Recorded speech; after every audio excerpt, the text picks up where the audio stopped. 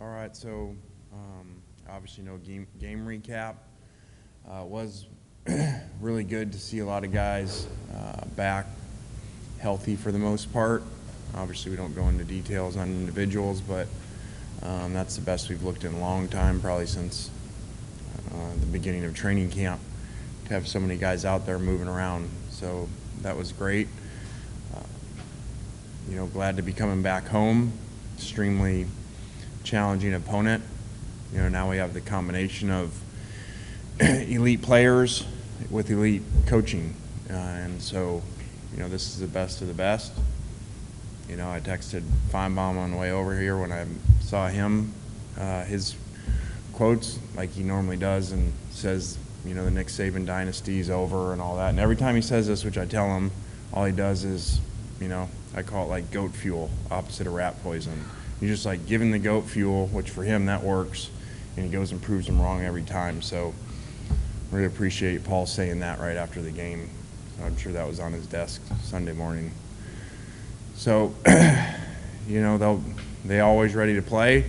They always rebound over the years, and you're going to go play the best offensive player in the country and the best defensive player in the country. So it's a very challenging situation, but glad to be home.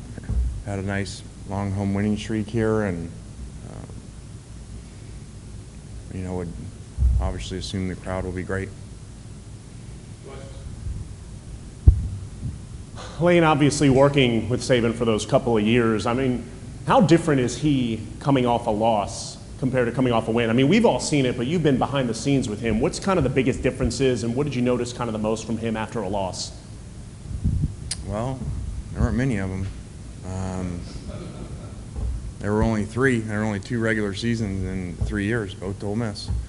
I thought he was phenomenal. You would maybe expect it to be the other way, like he comes in and everything's the end of the world, like some coaches do. He does a really good job of addressing exactly what it was. And remember, guys, like Feinbaum's stupid statement, dynasty's over. They've lost 2 games by 2 plays. Both games could win either way. Alabama makes the field goal at Tennessee, and 2-point gets stopped. And they're number 1, number 2 team in the country coming in here. So we're talking about 2 plays, 2 teams on the road in 2 of the hardest environments, over 100,000 people at both games to play in. So this is a great team, and the best coach to ever do it. Lane, I know building up quality depth has kind of been an emphasis these last few off seasons for teams like Alabama, who obviously have that sort of depth. Does this team feel better equipped for teams like Alabama than maybe your first couple teams? I don't know. I still think we have depth issues, especially as the injuries were mounting. We certainly did. They've showed up a lot on defense. It's easily noticed our defensive issues once we lost some people over these last few weeks, and our numbers over there have been dramatically different. So I do think we're better than I've said all along. This is our best roster of the 3 years of collection of talent, but it does not mean it'll be the best team. So we're still coming together. I know that sounds crazy this late in the year, but with so many pieces, and I don't know, I think it says in there 55% or something of the team's new, something like that. So, hopefully we keep moving up. I know you've talked about this before. Obviously, your father was a legendary NFL defensive coordinator. You coached with Pete Carroll, but it seems like Nick Saban, and please feel free to correct me if I'm wrong, Nick Saban has had more of an impact on the way that you coach now than maybe Carroll or even your dad did. Is that accurate? And if so, why do you think that is? I think that's probably just later in the career. It's fresher coming off of it.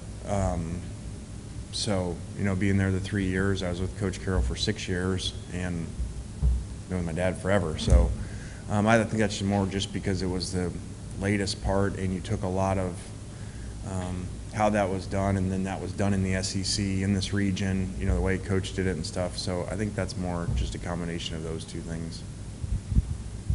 Kind of touched on it in your opening statement, but how did you kind of see the team and the guys respond after having that week and just knowing what's kind of ahead of them the rest of November? I'm sure it sounds crazy. we don't sit and talk about Bama Week and all that everybody else in the country seems to do. We got a lot of things to work on to get better, and it really doesn't matter. It matters that you do things really well. That's how you win games. So I didn't notice anything different, but I'm glad I didn't, because that's not how we train them, because we don't want to be a program like that. We get up for these games, but we don't for these. That's what I get mad at our fans for doing. So we're not supposed to do that. I know last year Will Anderson was a really big emphasis. I imagine he will be again this year. Just what makes him such a great player from your perspective? I think he's just such a unique combination of speed and power. He reduces down and plays on guards, which is very unusual, and then he speed rushes and then he drops too.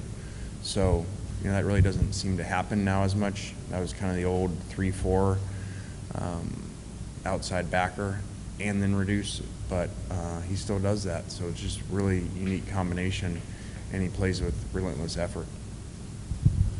I heard you talk about it on the teleconference Wednesday about all the Auburn smoke and all the reports. I know you're on social media too, so I'm sure you see it everywhere. And I know you said you're very comfortable here, but I mean, the players see that stuff kind of too. Did you have any conversations with them about all that smoke, any reassurances, and what has that kind of process been like? I don't, and maybe I'm wrong for that, just never have. Our players, we treat this like, we tell them pro mindset. We're here to work and get better every day and worry about what we can control. So we don't even talk about that.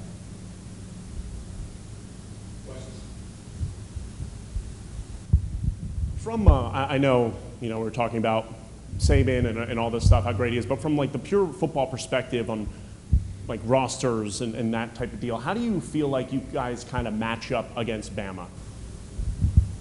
Well, that kind of gets into a lot of game planning stuff, but these guys have great players and great schemes. That's not the typical rat boys. They do.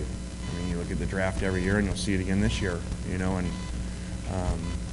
not often that you got a returning Heisman Trophy winner and the best player in the country. At positions where one touches the ball every down and the other one's lined up really close to the quarterback. So those are really the two best positions to have the best players at. So you got to do everything right in order to beat these guys. You got to coach really well, play really well, win situations, manage things, take risks. There's a reason why they're the best over time, what they do. And again, we're talking about when they played them, two of the hottest teams in the country, on the road in two of the hardest environments to play, and they were one-play games. Or we're talking about, really, if they win those two, then they're the number one team in the country coming in here. Lane Gibbs, their running back who transferred in, doesn't seem to be your atypical bruising power running back, but terrific speed, more like a chain maybe from A&M.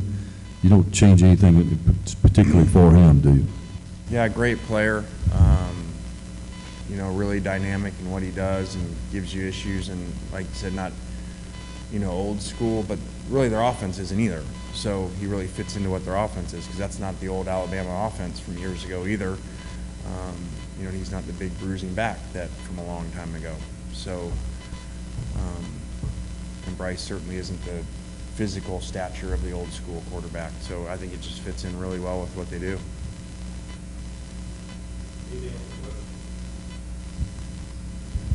Lane, what did you specifically do during the bye week? How did you kind of spend it, and what were you up to? I did some recruiting, went to a couple different places, as well as our staff, and then had a chance to see Knox play a game, and then got back yesterday. So, and that maybe sounds strange because they won the Super Bowl, so why they still played, but it was a regional game, and they got knocked off by this all-star team from Arizona, so they didn't play very well. How did he do, though, individually? He was okay. Their team really was outperformed. They got to check birth certificates. These guys were supposed to be in 8th grade, and I kept saying to Knox and Mom, there was not a chance these guys are in 8th grade from Arizona.